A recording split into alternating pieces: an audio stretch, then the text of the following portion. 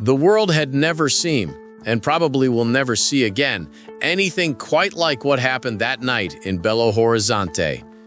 The most successful national team in football history was humiliated on its own soil in front of millions watching around the world. 7-1. The biggest collapse the sport had ever witnessed. "Brazil is dead," read one headline. "National shame," said another. Fans cried in disbelief. Chaos broke out across cities. Shops smashed, cars flipped, and even flags burned, as if the nation itself was mourning. The 2014 World Cup wasn't just a football tournament anymore. It had turned into something far bigger, something deeply emotional. Many believed no team in the history of football had ever carried such unbearable pressure. For Brazil, football isn't just a sport. It's identity, it's faith. And when they hosted the World Cup, the people demanded only one thing: victory. Anything less was unthinkable. But the country wasn't ready for this dream. Poverty, protests, and corruption were everywhere.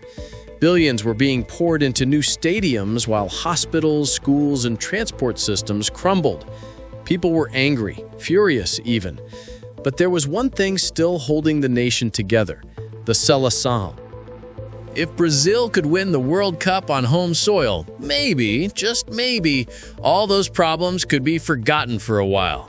And the dream looked alive. They'd just won the Confederations Cup a year earlier, and they finally had a true superstar again, a young genius who played like the legends of old, Neymar. Brazil stormed through the early rounds, beating Croatia, drawing with Mexico, and thrashing Cameroon.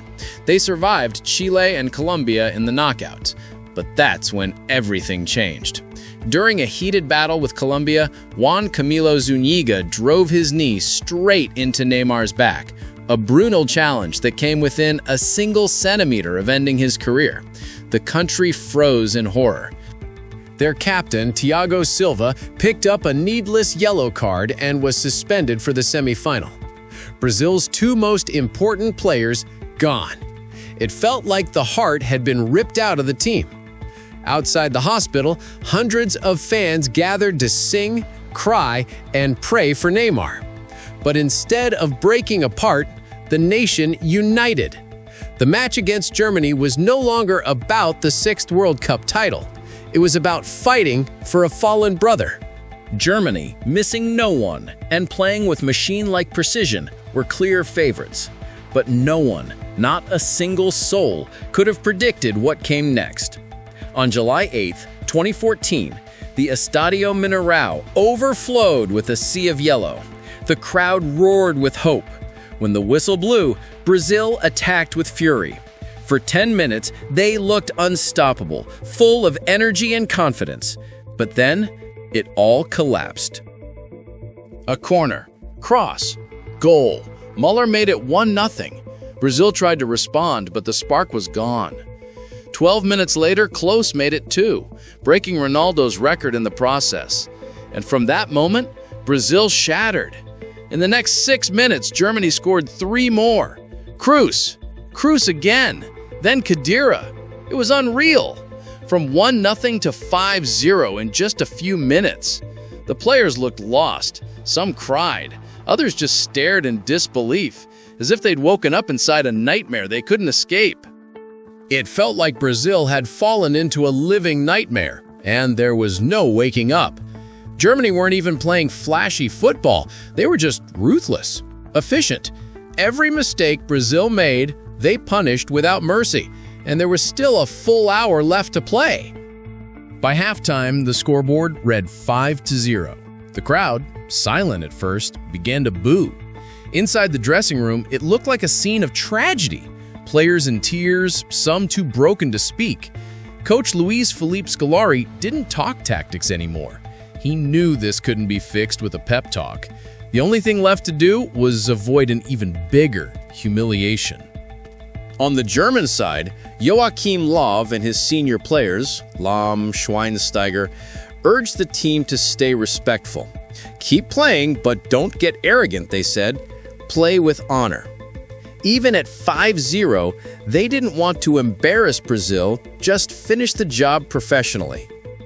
When the second half began, Brazil's mission was simple: survive, try to keep the scoreline respectable. But it didn't go that way.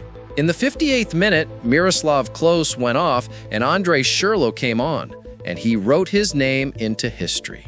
2 goals in the 69th and 79th minutes, 7-0. It wasn't just a defeat, it was destruction. Brazil kept pushing, desperate for something, anything. But every time they got close, Manuel Neuer shut the door. Finally, in the 90th minute, Oscar broke through and scored, just enough to save a tiny bit of pride. Seconds later, the referees blew the final whistle. The scoreboard read 7-1, but the real damage went far deeper than that. David Luiz, crying uncontrollably, faced the cameras and whispered, "I'm sorry. I just wanted to give happiness to my people. I failed." That image, Luiz in tears, apologizing to his nation, became the symbol of Brazil's heartbreak. Another unforgettable symbol came from an elderly fan known as Gaucho da Copa. A video of him went viral, clutching his replica World Cup trophy, eyes full of tears, before handing it to German supporters. "Take it," he told them. "You deserve it more." Even Germany couldn't celebrate freely. Toni Kroos later admitted he felt sympathy for Brazil. "They have great players," he said, "but the pressure killed them." Lahm added that it was hard to enjoy a win like that when your opponent looks completely lost.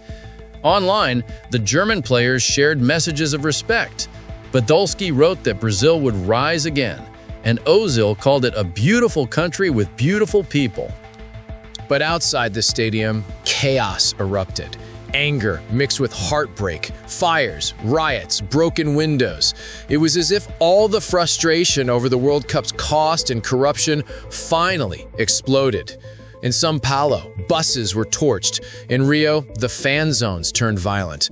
On Copacabana, people ran for their lives as flags burned in the sand. This was supposed to be redemption, a chance to heal the scars of 1950 when Brazil lost the World Cup final at the Maracanã. But 2014's 7-1 was worse, much worse. It ended a 39-year streak of invincibility at home, 62 competitive matches without a single defeat in Brazil. People still debate what went wrong. The tactics, the lineup, Neymar's injury, Thiago Silva's suspension. But the truth is simpler. It was a mental collapse. The weight of 200 million dreams crushed them. It wasn't 2-0 or 3-0 or even 4-0. It was 7. 7 goals at home in a World Cup semifinal. That night wasn't just the defeat. It was the death of an era. Thanks for watching and for staying until the end. This was The Voice of Football. Let me know in the comments if you'd like to see more stories told like this.